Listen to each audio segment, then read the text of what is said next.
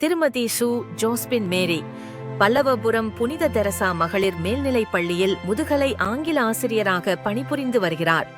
தனது கல்வி பணி அனுபவத்தின் 25 ஆண்டுகளை வெற்றிகரமாக கடந்த இவர் பெண் குழந்தைகளின் கல்விக்காக தம்மை முழுமையாய் அர்ப்பணித்திருக்கிறார்.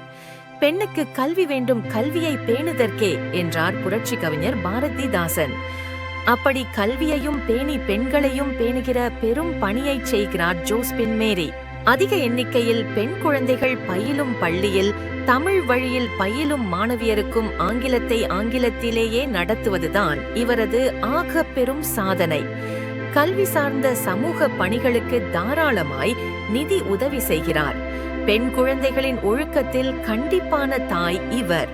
பொருளாதாரத்தில் பின்தங்கிய மாணவியரின் கல்வி கட்டணத்தை ஏற்றுக்கொள்வது, அவர்களுக்கு சீருடை அணிவித்து மகிழ்வது என்று பெண் குழந்தைகளின் வாழ்வில் நீர் பாய்ச்சலான தோட்டத்தை காணப்பண்ணுகிறார். ஒரு சில மாணவியரின் மருத்துவ சிகிச்சைக்கும் இவர் உதவிகரம் நீட்டியிருக்கிறார். தான் பணிபுரியும் பள்ளி நிர்வாகத்தின் அத்தனை செயல் திட்டங்களுக்கும் தோள் கொடுத்து உதவுகிறார். 10 பருவ மாணவியரின் உளவியல் சிக்கல்களுக்கு தீர்வு காண்பது, போதைப் பொருட்களின் ஆதிக்கத்திலிருந்து குழந்தைகளை மீட்டெடுப்பது என்று காலில் சக்கரத்தை கட்டிக்கொண்டு ஓடிக்கொண்டிருக்கிறார்.